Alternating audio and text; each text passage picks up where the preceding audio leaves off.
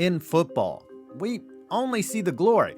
We celebrate the QB or the guy that gets into the end zone. We rarely give shine to the guys who do the dirty work. And that's also the same way with the NFL's checkbook. Sure, the position I'm about to talk about gets less work than his counterpart, but when he is on the field, his role is one of the most crucial you can find on the gridiron. Who is the third down back, and why is he so underpaid? Let's examine that right after this. This video is brought to you by Manscaped.com.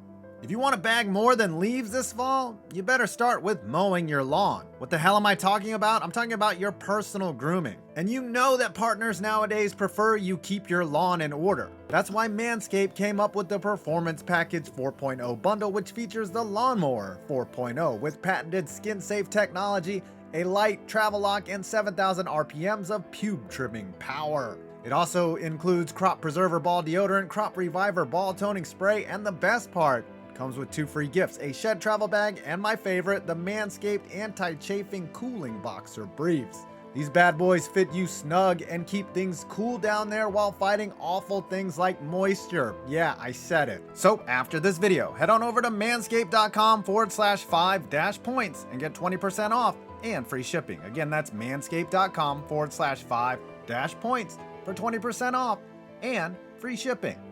Manscaped.com. If you comb through the stats of the greatest running backs of the 20th century, you'll notice that their rushing numbers are immense, but the receiving column is a bit barren. Take Earl Campbell, for instance. He ran for over 1,900 yards in 1980, but only totaled 47 receiving yards that same year. The running back wasn't really integrated into the passing game until the advent of the West Coast offense, which favored short timing passes over long bombs. With the running back installed as a legitimate dual threat, finding a back with good hands and route running ability became crucial. But even in the 20th century, there were some running backs that could do it all. In 1985, 49ers running back Roger Craig became the first player in NFL history to amass 1,000 yards, both rushing and receiving. It was a feat that wouldn't be repeated until Marshall Faulk in 1999. Still, it's incredibly rare to find a running back with the skill set of Craig, Faulk, or even Christian McCaffrey. The alternative is to find specialists, hence the mighty third down back, or as some call them, satellite backs, named for their ability to work in space. Let the first and second down back carry the ball between the tackles. Then let's put our guy out there when it matters. Around the time the West Coast offense reached the mainstream NFL, third down backs started popping up around the league. Eric Metcalf, Dave Meggett, and Ronnie Harmon created the molds for the early and mid-90s. All this history is great, but why are third down backs important enough to command the title of the most underpaid position in the NFL? Aren't most third downs spent targeting wide receivers and tight ends? Don't tell the Patriots that third down backs aren't a crucial part of the game. You don't have to look any further than 2 of their Super Bowl victories to understand. Let's start with Super Bowl 49, when Tom Brady's tight ends and wide receivers had trouble getting open against Seattle's Legion of Boom. Tom Terrific found his security blanket, unheralded running back Shane Vereen. He found him again and again and again. Vereen put up one of the most unsung great Super Bowl performances ever, catching 11 of Brady's 39 completions. A year later, Vereen joined the Giants, and the Patriots replaced him with a near clone, James White. Falcons fans, you know where this is going. The Patriots don't pull off a 25-point comeback in Super Bowl 51 if not for the contributions of James White. White scored 3 of New England's 5 touchdowns in that famous comeback, including the game winner in overtime. And it wasn't just that he found pay dirt, he also scored on a 2-point conversion and paced the offense, contributing 29 yards on the ground and 114 through the air on 14 receptions, a Super Bowl record. Even Tom Brady said he believed White deserved Super Bowl MVP, handing him the keys to the truck that comes with the award. But that's the life of the third down back. Someone else gets the recognition while he also gets undercompensated. And the numbers will shock you.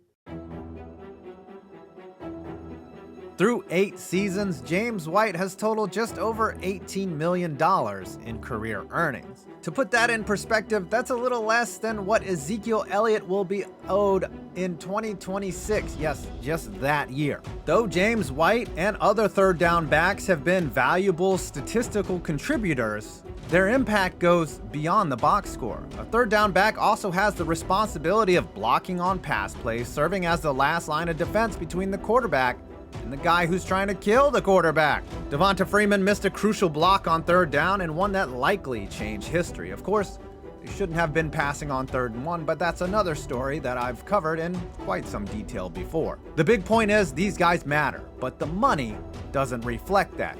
Currently, the highest paid third down back in the league is the Colts' Naheem Heinz, who inked a 3-year, $18.6 million deal before the 2021 regular season. In his first 3 years, Heinz played 44, 32, and 36% of the Colts snaps, also contributing through the air with 63 receptions in 2020. Still, Heinz is just the 11th highest paid running back in the league. After him, you have to go all the way down to the 29th highest paid back, Jalen Richard, to find another third down specialist on the list. Richard, who had over 600 yards receiving in 2018, inked a deal for just $7 million over 2 years. You could argue their compensation is fair, but a lot of backs are getting a raw deal. Which one, you say? Believe it or not, it's not a player on his rookie deal. It's a journeyman in his 6th year playing for his 4th team. Meet 28-year-old J.D. Mckissick, third down back for the Washington football team. Over his 6 years in the NFL, Mckissick has pulled in just $5.3 million in salary and bonuses. In fact, he never even received a bonus until he signed with the Emails in 2020, inking a 2-year deal worth $3.3 million. When he's handed the ball, Mckissick is league average. He's carried the rock 114 times over the last 2 years and averages 4.2 yards per carry. But through the air, Mckissick is an underrated safety valve, catching 80 passes out of the backfield in 2020 for 7.5 yards apiece. Only one running back had more receptions last year. His name is Alvin Kamara, and he will be making $25 million in 2021. 3 more catches, and he makes 25 times as much as McKissick. Of course, no one is trying to make the case that J.D. Mckissick is better or even as good as Alvin Kamara. That would be dumb. But is Kamara worth 25 times more than a player like McKissick? The rationale for paying a running back in the modern age is that their contract will pay off as long as the running back can contribute on all 3 downs. But it's still cheaper to pay a 2-down back and a 3rd down back together than it is to give a 3-down back a second contract. Thus, the 3rd down back gets screwed. Or you can get creative like the Atlanta Falcons did once. Before the 2021 season, the Falcons signed 30-year-old Cordell Patterson to a 1-year, $3 million deal. Knowing the former wide receiver had a unique skill set, the Falcons put him in at tailback, where through 6 games he amassed 24% of the team's total yards, despite playing just 45% of their offensive snaps. Again, the 3rd down back shows his value, and he should get paid for another ability: availability. After his magical 2019 season where he amassed 1,000 yards rushing and receiving, Christian McCaffrey went on to miss 13 games in 2020 before heading back to the IR in 2021. Perhaps you're noticing a trend. Of course, that was before the Panthers decided to pay him $64 million over 4 seasons. You see, great 3rd down backs can amass serious longevity that others can't. Kevin Falk was a mainstay for the Patriots' dynasty years on 3rd downs, playing 13 years with the team from age 23 to 35. Seriously, when was the last time you saw a 35-year-old running back? And in his last season, the man who had been around since before Brady made less than $1 million. 3rd down backs do it all. On the most crucial down in the game, they understand protection, the route tree, and which gap to hit when running the ball. They need to be on the same page as the quarterback on the money down, providing a much-needed spark when the 2-down back fails. Some of the glory, none of the recognition, and a lighter bank account. 3rd down back, keep doing your thing. Well, I hope you enjoyed this video. Please leave a like, comment, and subscribe for more interesting films on sports. I'm 5 Points Vids, and you made it to my next video.